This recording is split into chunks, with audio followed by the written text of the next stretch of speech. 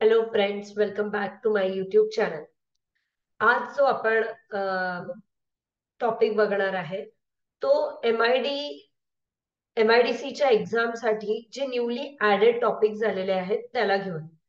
So first of all आपण बघू MID act. So MID act already syllabus मध्ये नमूद होता की महाराष्ट्र इंडस्ट्रियल डेव्हलपमेंट ऍक्ट हा त्याच्यात असेलच. सो हा आपण अगोदरच बघितलेला आहे. आरटीआय आणि आरटीएस हे न्यूली ऍड झाले. And the last one is which is very important, that is Maharashtra industrial development corporation employee service regulation 1976. हा न्यूली ऍड झालेले शेवटचे तिन्ही पॉइंट आहेत. आरटीआय, आरटीएस आणि MIDC employee service regulation 1976. So सगळ्यात पहिले आपण बघूया Maharashtra industrial development corporation employee service regulation 1976. बघा, वरचे तिन्ही ऍक्ट होते, दिस इज रेग्युलेशन. सो सगळ्यात अगोदर आपण बघूया ऍक्ट आणि रेग्युलेशन या दोघांमध्ये फरक काय असतो, ऍक्ट मध्ये काय असतं आणि रेग्युलेशन मध्ये काय असतं. So first of all, what is act? This is an primary law passed by the legislation. So हा एक अशी गोष्ट असते जी it is primary law, that is lawful. But तेच जर आपण रेग्युलेशन बद्दल बोललो तर it is a detail rules created by administrative body to implement that act. म्हणजे त्या ऍक्टला कसं इम्प्लिमेंट करायचं, हा जो रूल्स अँड रेग्युलेशन्स असतात त्याला म्हणतात regulations. Detail rules for an administrative created by the administrative body. कळलं तुम्हाला? बघा, आरटीआय, आरटीएस, एमआयडी हे सगळे ऍक्ट आहेत, पण जो आता आपण शिकतोय that is a regulation. So this is the basic difference between the act and regulation. So act मध्ये कुठेतरी लिहिलेलं आहे टू फॉर्म द रेग्युलेशन. आपण बघूया थोडं थोडं पुढे गेल्यावर एक एक पॉइंट रिव्हील होईल की हा रेग्युलेशन कसा आला, कोणत्या ऍक्टच्या अंडर बनला, हे सगळं मी सांगेन. Next point is regulation specific guidance on the how the requirement of the act. म्हणजे बघा, जसं ऍक्ट मध्ये सेक्शन्स असतात, section number 1, section number 2. So regulation मध्ये सेक्शन्स नसतात. रेग्युलेशन मध्ये रेग्युलेशन नंबर 1, रूल्स मध्ये रूल नंबर 1 असं असतं. So that is an must understand that regulation मध्ये सेक्शन नंबर नसतात, ऍक्ट मध्ये सेक्शन नंबर असतात. So this is the basic difference between the act and regulation.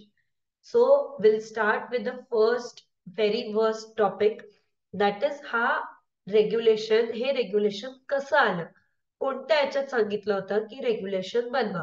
So MID ऍक्टच्या section number 64 मध्ये clause number 6 of 1 मध्ये सांगितलेलं आहे की to make the rule. बघा खाली मी सेक्शन एमआरटीपी ऍक्टचं सॉरी एमआयडी ऍक्टचं सेक्शन नंबर जोडला आहे की त्याच्यात लिहिलेलं आहे 64 मध्ये सबसेक्शन 1 मध्ये की power to make the regulation.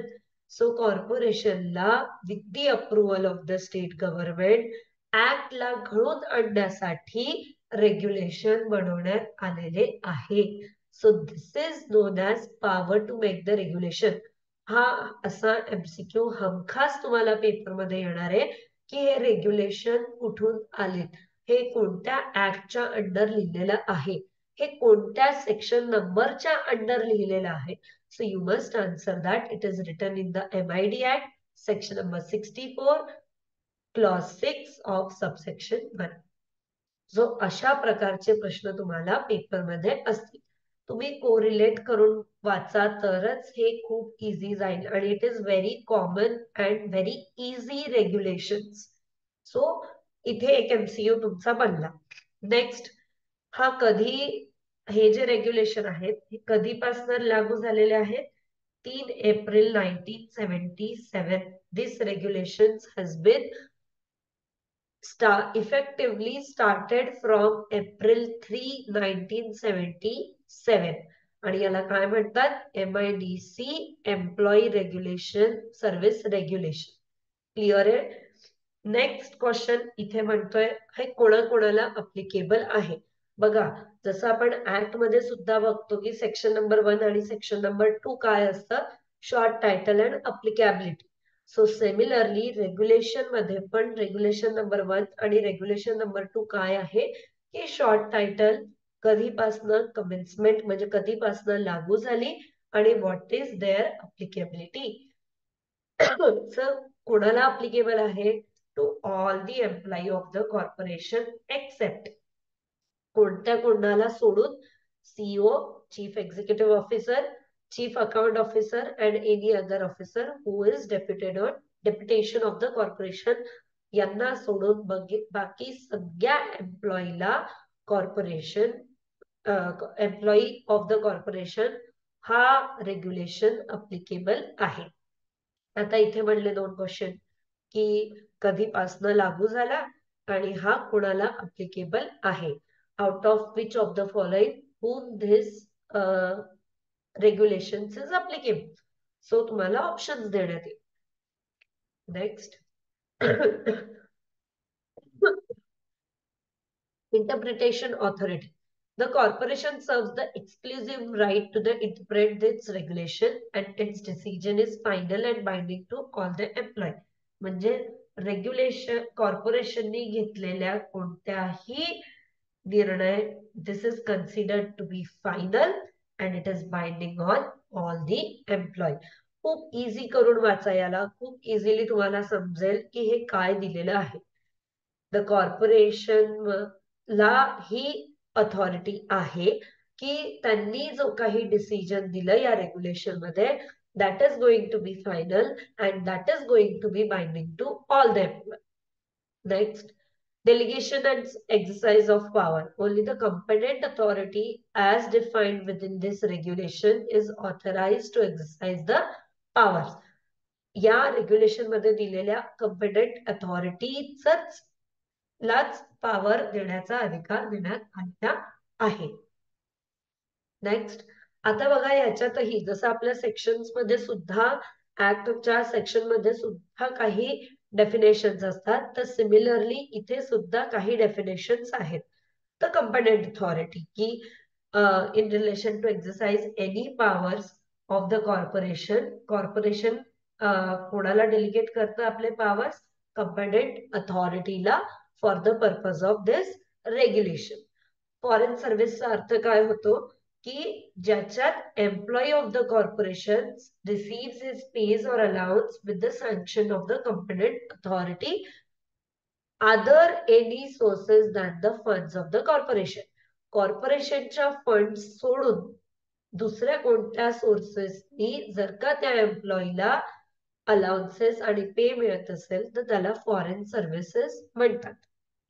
ऑनरियम म्हणजे काय की रिकरिंग किंवा non recurring payment granted to employee by the corporation as a remuneration of the special work. काही special work of the occasional character असेल तर ते करण्यासाठी जो आपण त्यांना रेम्युनरेशन देतो त्याला ऑनरियम म्हणतात. It may be a recurring or it may be a non recurring payment. बघा, डेफिनेशन्स खूप इम्पॉर्टंट आहे. तुम्हाला डेफिनेशन्स वर प्रश्न हमखास येणार. नेक्स्ट, स्पेशल पे म्हणजे काय की ऍडिशनल पे ग्रँट द्यायचं कोणासाठी? कोणत्या एखाद्या हार्ड नेचरचं काम असेल आणि ते एम्प्लॉई पार पाडत असेल किंवा specific increase in a work or a responsibility, त्यांना ऍडिशनल काहीतरी वर्क किंवा रिस्पॉन्सिबिलिटी देण्यात आली तर त्यासाठी जो पेमेंट दिला जातो त्याला स्पेशल पे म्हणतात. Important definition. Special casual leaves. Casual leaves sanctioned by the competent authority, not counted against the regular casual leaves under the regulation 13. म्हणजे बघा, सबसेक्शन किंवा सेक्शन्स वर्ड वापरायचे नाही. This is not at all act. It is an regulation. So the 1, 2, 3, 4 जे दिलेत ते regulation number आहेत, ते सेक्शन नंबर नाही. सो रेग्युलर कॅज्युअल लीव्सच्या सोडून जे काही casual leave for a specially sanction by the competent authority, जे रेग्युलेशन 13 मध्ये दिलेलं आहे ते आपण बघूया. रेग्युलेशन 13 काय आहे. त्याच्यात जे काही लिव्ह म्हणजे जे काही कॅज्युअल लिव्ह आहेत त्याला स्पेशल कॅज्युअल लिव्ह म्हणतात. सबस्टन्स्टंट ग्रांट म्हणजे monthly payment to an employee who is not receiving a pay or a salary pay, म्हणजे ज्याला corporations through not receiving a pay or a leave salary त्याला monthly payment देईल. Next temporary transfer. आता बघा, जर का तुम्ही 120 दिवसापेक्षा कमी एका प्लेस पासून दुसऱ्या प्लेसला ट्रान्सफर झाले तर त्या ट्रान्सफरला टेम्पररी ट्रान्सफर म्हणण्यात येते. पण जर का compensatory allowances if extended beyond 120 days up until the extension of the order date. Clear आहे. ट्रान्सफर म्हणजे काय? एका वर्क स्टेशन पासून दुसऱ्या वर्क स्टेशनला मूव्ह होणं, चेंज होणं, त्याला म्हणतात ट्रान्सफर. पण का जर का माझ्या पर्सनल रिझननी मी म्हणजे एका लोकेशन पासून दुसऱ्या लोकेशन साठी अप्लिकेशन केलं त्याला ट्रान्सफर म्हणत नाही. लक्षात ठेवा, does not include the transfer request for the personal reason. Time scale pay म्हणजे minimum increase from a minimum to maximum through the periodic increment, याला टाइम स्केल पे म्हणतात. जसं जसं टाइम स्पेंड होतं तसं तसं तुमचं मिनिमम टू मॅक्झिमम जे काही पेमेंट जाणार आहे, इन्क्रीज होणार आहे, त्याला पिरियडिक इन्क्रीमेंट असं म्हणण्यात येते. आता बघूया आपण प्रॉपर रेग्युलेशन्स मध्ये काय दिलंय.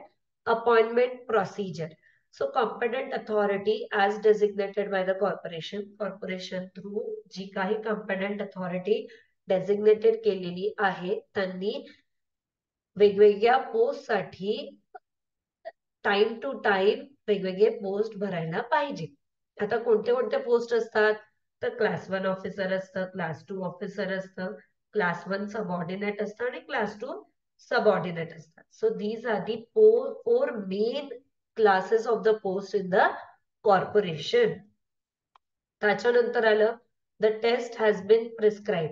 काय आहे the test has been prescribe म्हणजे जसं तुमचं सिलेक्शन होणार त्याच्यानंतर प्रायर टू देअर अपॉइंटमेंट तुम्हाला फिजिकल टेस्ट म्हणजे सॉरी तुम्हाला टेस्ट द्यावी लागते. म्हणजे जसं आता आपण करतोय MID साठी एक्झाम देतोय MIDC. So prior to their appointment for the position we have to give the examination.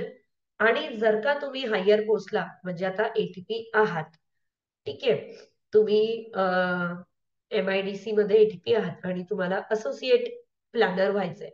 So for the higher position you have to give the promotion वाल्या exams, in which case where the responsibility of higher post demand, obviously higher expertise demand होईल.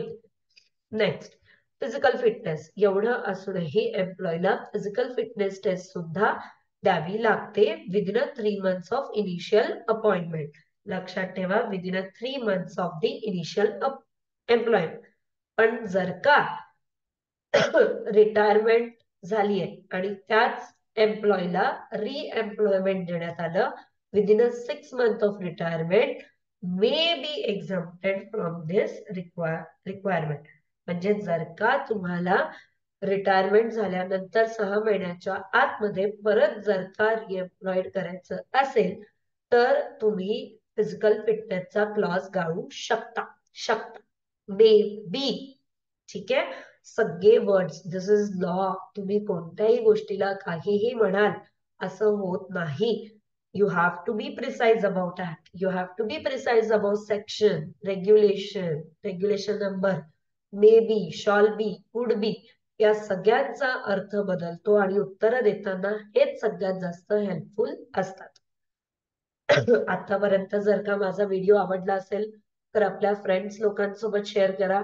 दिस is an very म्हणजे खूप चांगलं एक तुम्हाला जे काही 3 act आणि एक रेग्युलेशन आहे त्याबद्दल तुम्हाला डिटेलमध्ये असेच व्हिडिओ एज्युफेस्ट अकॅडमीच्या ऍपवर मिळतील. वर्किंग आवर्स चलो will continue the working hours. Unless specifically stated otherwise, जो काही एम्प्लॉई आहे तो कॉर्पोरेशनचा full time fully available work साठी असायला पाहिजे. कॉम्पिटंट अथॉरिटीने त्याला दिलेले काम डिव्हिजन, रिजनल ऑफिस, हेडक्वार्टर जिथे कुठे त्या कॉर्पोरेशनला रिक्वायर्ड असेल तिथे ते त्या एम्प्लॉईला पाठवू शकतात, असाइन करू शकतात. आता बघा की लिव्स बद्दल सांगितलेलं आहे की कॅज्युअल लिव्स काय, ऑप्शनल हॉलिडेज काय आहे. सो कॅज्युअल लिव्स ही entitled to 10 days of casual leaves annually. 10 वर्षाच्या कॅज्युअल लिव्स आहेत. ऑप्शनल हॉलिडे म्हणजे काय की काही काही हॉलिडेज ही कंपल्सरी हॉलिडेज नसतात. तुम्ही त्याला ऑप्शन मध्ये सुद्धा घेऊ शकतात की नको मला ही holiday I will take it at somewhere else. So there are the optional holidays which is 4 optional holiday per year. Prior permission for the leave. तुम्हाला जर का कुठेही फिरायला जायचं असेल, XYZ काम असेल, तर तुम्हाला प्रायर मध्ये परमिशन घ्यावी लागेल competent authority before taking the casual leave.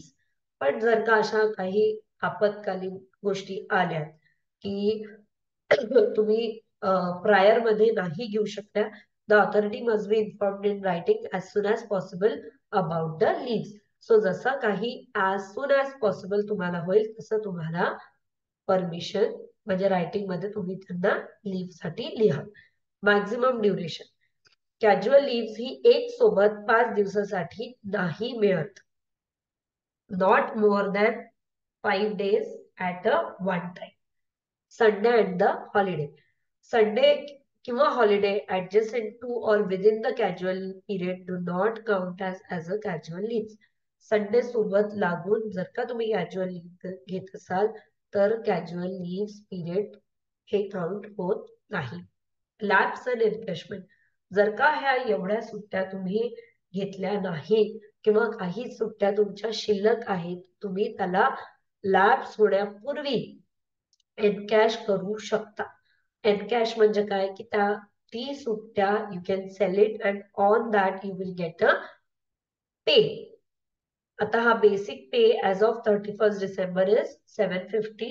Max cap आहे किंवा बेसिक रेट पर डे चा डबल. सॉरी. सो अशा प्रकारे आपल्याला लिव्स बद्दल सांगण्यात आले. जर का कोणी मिड इयर मध्ये जॉईन केलं असेल तर त्याचं कसं काय, कुणाच्या अनयुटिलाइज्ड लिव्ह क्लेम करायचं असेल तर. सो अशा प्रकारे सगळे डिटेल्स तुम्हाला या रेग्युलेशन नंबर मध्ये दिलेले आहे की तुम्ही किती कॅज्युअल लिव्ह घेऊ शकता, ऑप्शनल हॉलिडेज कसं, प्रायर परमिशन कसं. खूप इम्पॉर्टंट टेबल आहे हा पेपर मध्ये विचारू शकता. Next, employee to be work entrusted to him.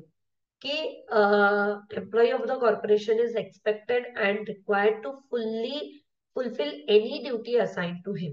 म्हणजे जर का सुपेरियर ऑफिसरनी तुम्हाला कोणत्याही प्रकारच्या टास्क असाइन केलेला असेल तर तुम्ही फुल्ली तो डेडिकेटेडली पूर्ण टास्क कंप्लीट करायला पाहिजे. जर का तुम्ही फेल झाले किंवा तुम्ही रिफ्यूज केलं तर employ to carry out aside task may be deemed or default or mistake. जर का तुम्ही हे करू शकले नाही किंवा तुम्ही म्हटलं की मी हे करणार नाही, इट इज डीम्ड और अ डिफॉल्ट और it is a mode of misconduct. Private employment while working with a corporation. जर का तुम्ही कॉर्पोरेशन मध्ये काम करत असाल त्याच्या सोबत सोबत तुम्ही private trade, business, or a partner may conflict with their duties or interest with the corporation. हे असं होता कामा नये. However, the occasional participation in the activities. म्हणजे जर का तुम्ही already you are an employee of any of the corporation, if you are already employee of the corporation, you cannot take any type of private trade और business. तुम्ही कोणत्याही प्रकारचे classes नाही घेऊ शकत, तुम्ही कोणत्याही प्रकारचं प्रायव्हेट ट्रेड नाही करू शकत. ओकेजनली तुम्ही एखाद्या ऍक्टिव्हिटीज मध्ये पार्टिसिपेट करू शकता, but you can not take it as an म्हणजे प्रायव्हेट एम्प्लॉयमेंट करू शकणार नाही. An employee must be the subject to transfer एका लोकेशनवरनं दुसऱ्या लोकेशनला विदिन द कॉर्पोरेशन तुमची ट्रान्सफर होऊ शकते. आणि every employee of the corporation हा प्रोव्हिडंट फंड त्याचं असायलाच पाहिजे with the provision of Maharashtra employee provident fund regulation. कळल्या इथपर्यंत? आय होप तुम्हाला या सगळ्या गोष्टी कळताय आणि याचं इम्पॉर्टन्स कळतंय. हा रेग्युलेशन इन्क्लूड करण्यामागचं हेतू समजा आणि त्याच्यावर कशा प्रकारचे प्रश्न येतील हे सुद्धा समजा. तुम्ही कोणत्याही प्रकारे बघा, या रेग्युलेशन खूप इम्पॉर्टंट आहे. अगेन तुम्ही आज मला असं वाटलं की मला आता जॉब नाही करायचा, हा तर मी पेपर टाकला, रिझाईन केलं, असं होणार नाही. You have to give them the prior advance notice. जो काही त्यांचा कालावधी असेल ऍडव्हान्स नोटीस देणं गरजेचं आहे. अदरवाईज तुम्ही you have to pay an amount which is equal to the salary of the, म्हणजे जेवढे केवढी नोटीस पिरियड असेल त्याची सॅलरी तुमची जाईल. So this is how you cannot resign at any day. You have to serve the notice period, right? The corporation reserves the rights to terminate an employee by providing writing notice 1 month or by providing salary in advance. जर का कॉर्पोरेशनला असं वाटलं की या एम्प्लॉईला आपल्याला काढायचं आहे तर ते काढू शकतात, एका महिन्याची नोटीस देऊन किंवा त्यांना एका महिन्याचा पगार देऊन त्यांना ते they have and rights to terminate. इथे सुद्धा प्रश्न विचारू शकतात की एम्प्लॉई स्वतः तर रेजिग्नेशन देऊ शकतो with the prior advance notice period सर्व केल्यावरतीच. आणि सिमिलरली कॉर्पोरेशन सुद्धा कोणालाही काढू शकते विथ अ प्रायर नोटीस. 1 मंथची नोटीस लागेल किंवा त्यांना 1 मंथचा पे लागेल. सो दिस इज हाऊ आतापर्यंत आपण जेवढे रेग्युलेशन्स बघितले आहेत ते अशा प्रकारे आहेत. आय होप तुम्हाला हे खूप चांगल्याने कळले असेल. So these are the detail course on the Edufest Academy, ज्याच्यात हे 3 तर आहेत, सोबत सोबत हे रेग्युलेशन सुद्धा ऍडेड आहे. सो याचं पीडीएफ सुद्धा तुम्हाला तिथेच मिळेल. मी आरटीआय, आरटीएस आणि याचे एमसीक्यू सुद्धा ऍड करते त्याच्यात. So you will get a full package of the all 3 acts plus 1 regulation with the test series together, so that जो तुमचे 10 प्रश्न आहेत तो हमखास सॉल्व्ह झाले पाहिजे. अजूनही तुम्ही माझ्या चॅनलला सबस्क्राईब केलं नसेल तर सबस्क्राईब करा आणि आपल्या मित्रांना हे शेअर करा. थँक्यू. Thanks a lot.